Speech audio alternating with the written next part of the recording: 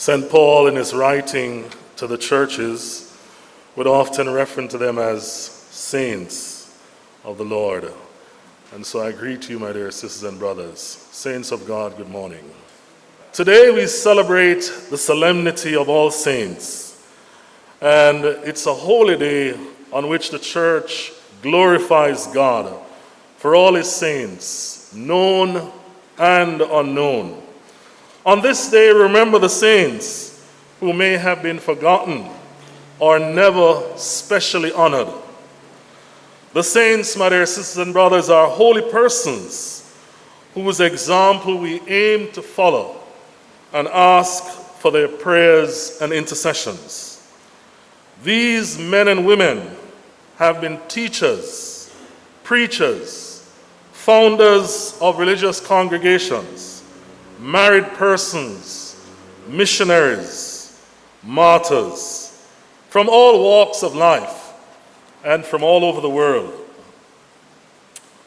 Philosopher Soren Kierkegaard says a saint is someone who wills the one thing. And the example that he used is Mother Teresa, who willed God and the poor. And as we talk about the willing of the one thing, my dear sisters and brothers, the question that we ask ourselves is, what kind of saint is needed today? We need someone who can show us how we can actually forgive an enemy. To err is human, to forgive is divine.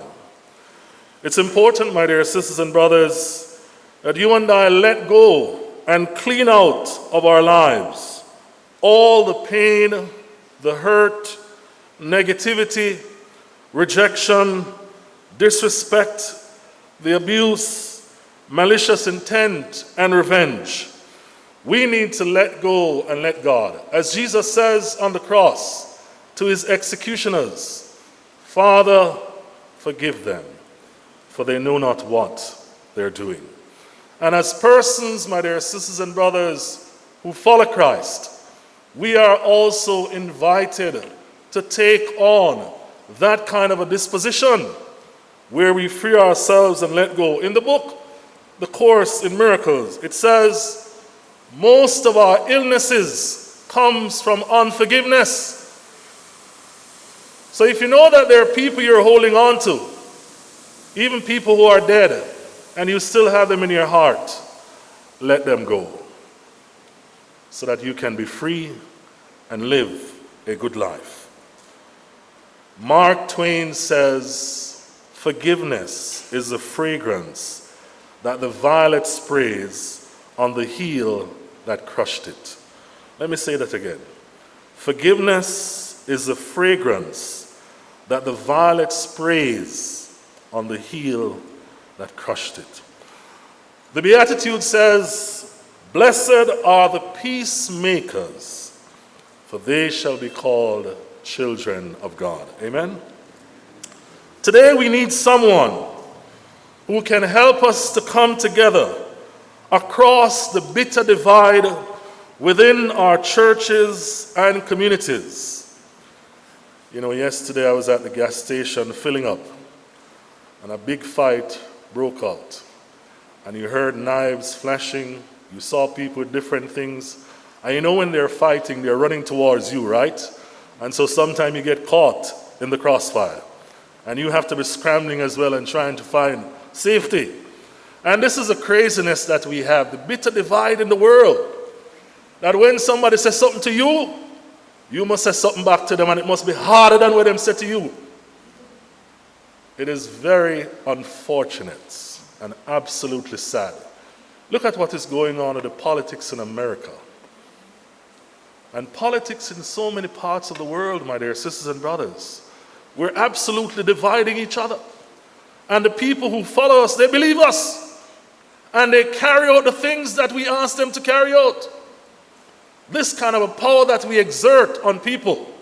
It should be a power, my dear sisters and brothers, that is freeing and liberating, and not cause them to carry arms and to do wrongs and to hurt people and make it appear as if it is nothing and nothing is wrong with it. And so we need saints to help us to come together. And so the question is this, my dear sisters and brothers. What is in your heart? Is it peace? Is it love? Is it a smile? Is it tenderness? Is it gentleness? Or is it war, criticisms, judgment? The Beatitude says to us, "Blessed are the pure in heart, for they shall see." They shall see. We need someone who can show us how to reach out to the poor. International pastor James Forbes says, "We can't get to heaven unless we receive a reference letter from the poor." How do we treat those who approach us for help, who are suffering? Do we see them as brothers and sisters, or do we see them as subhumans? The songwriter says to us, "Whatsoever you do to the least of my people, that you do unto me." And so however we treat each other, remember, when we treat each other unkindly, that's the way we're treating God, my dear sisters and brothers, because that is a child of God. And so it's important for us to recognize those things. We need someone who can teach us how to pray. In our more reflective moments, we sense the importance of prayer, yet we struggle to pray. Sustained deep prayer doesn't come easy for us. Why? First of all, we struggle to make time for prayer. Prayer doesn't accomplish anything practical for us. We find it hard to trust that prayer actually works and bring about something real in our lives. So too, we struggle to concentrate when we try to pray. We experience boredom and restlessness, overextension and tiredness, a mind filled with excessive thoughts. Once we settle into prayer, my dear sisters and brothers, we feel ourselves overwhelmed with daydreams, unfinished conversations, heartaches, agendas, and impending tasks that face us as soon as we get up from our place of prayer. We struggle because we don't know how to pray. Jesus' disciples said to him, "Lord, teach us to pray." And why did they ask him this question, my dear sisters and brothers? Because they saw in his life a quality that they wanted. They saw something in his life that was very transformative. And so they wanted that for themselves. And so, my dear sisters and brothers, they asked him, "Lord, teach us to pray." They wanted that power to be big-hearted. They wanted that power to love beyond their own race, to love the poor and the rich alike, to live inside of peace, joy, charity, patience, goodness, long-suffering, fidelity, mildness. They wanted his depth of graciousness of soul.